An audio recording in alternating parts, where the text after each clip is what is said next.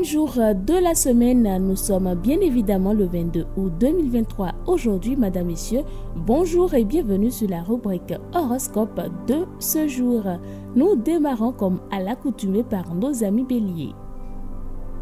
Aujourd'hui, vous misez sur la communication et l'ouverture d'esprit pour améliorer vos relations. Cette attitude pleinement positive vous permettra de vous ouvrir à divers horizons, de découvrir de nouveaux centres d'intérêt et d'entretenir des échanges très constructifs. Natif du signe Taureau, un travail de recherche ou d'analyse minutieuse sera nécessaire, quelle que soit votre activité, pour évoluer dans un sens constructif. Le climat appliqué focalisera sans problème votre esprit sur tous les aspects des questions que vous avez à traiter. Gémeaux à l'écoute, vous allez faire preuve d'un incroyable pouvoir de concentration pour mener à bien vos diverses tâches et vous aurez l'élan de vous attaquer à des questions fastidieuses. Votre persévérance est au rendez-vous.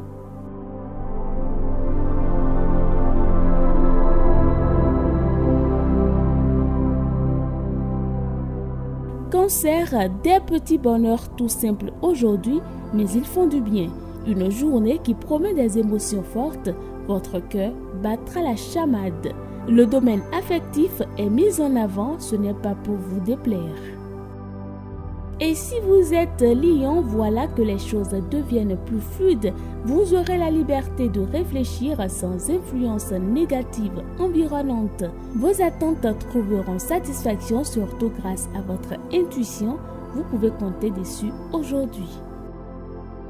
Amis vierges, le quotidien vous lasse, mais vous saurez y ajouter le piment qu'il vous faut pour traverser cette journée positivement. Les occasions de vous faire remarquer ne vont pas manquer. Profitez-en pour vous libérer de votre timidité.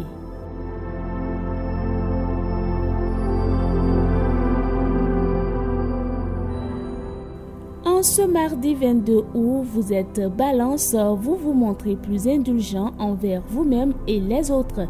Vous laissez votre esprit critique au vestiaire et misez sur l'écoute et la bienveillance. La journée s'annonce riche en chaleureux échanges. Scorpion, vous vous débarrassez d'un lien néfaste avec sagesse et fermeté. De vrais amis sont disponibles pour vous aider. Vous vivrez vos liens et vous projeterez dans la stabilité et la sécurité. Les dialogues amicaux gagnent en clarté.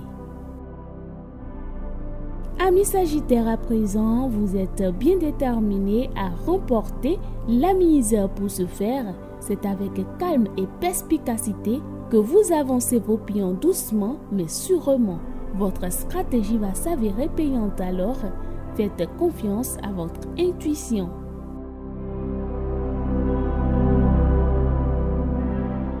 Natif du signe Capricorne, vous vous sentez romantique, mais vous estimez que l'on ne répond guère à votre charme pourtant très sensuel.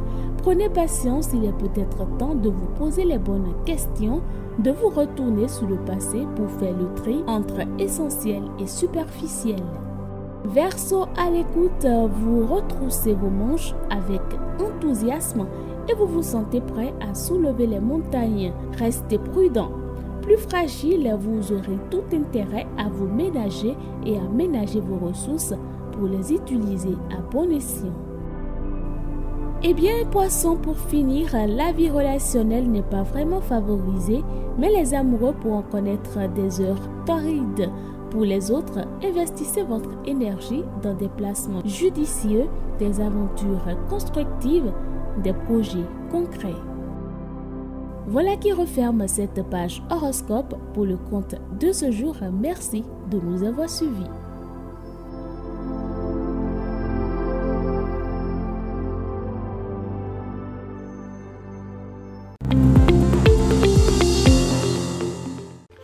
Amis de L2A TV, merci de prendre le rendez-vous des faits ayant marqué la journée du 22 août.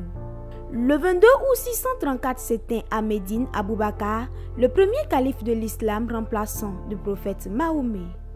Le 22 août 1350, Jean de Lebon, Âgé de 31 ans, fils de Philippe VI de Valois et de Jeanne Bourgogne, succède à son père sur le trône de France. Il est ainsi surnommé en raison de sa réputation de bravoure. Le 22 août 1485, le roi d'Angleterre Richard III trouve la mort à la bataille de Bosworth.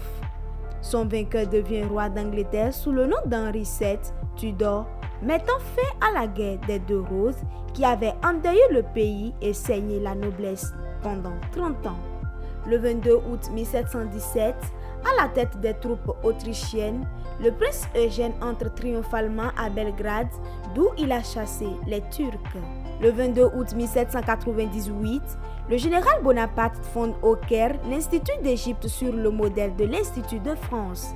Les savants et les artistes, peintres et graveurs qui accompagnent son expédition militaire en deviennent les membres actifs, de même que le général lui-même.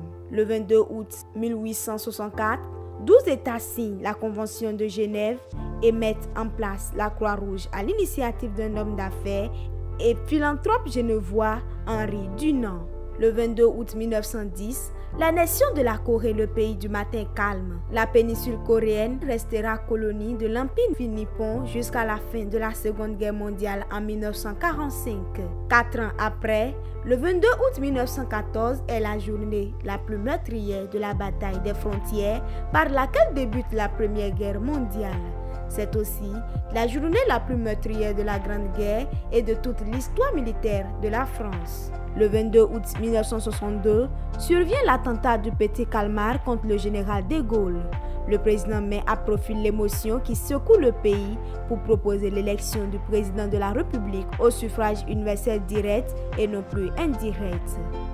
Le 22 août 1975, pour la première fois depuis 150 ans en Corse, on tire sur les forces de l'ordre.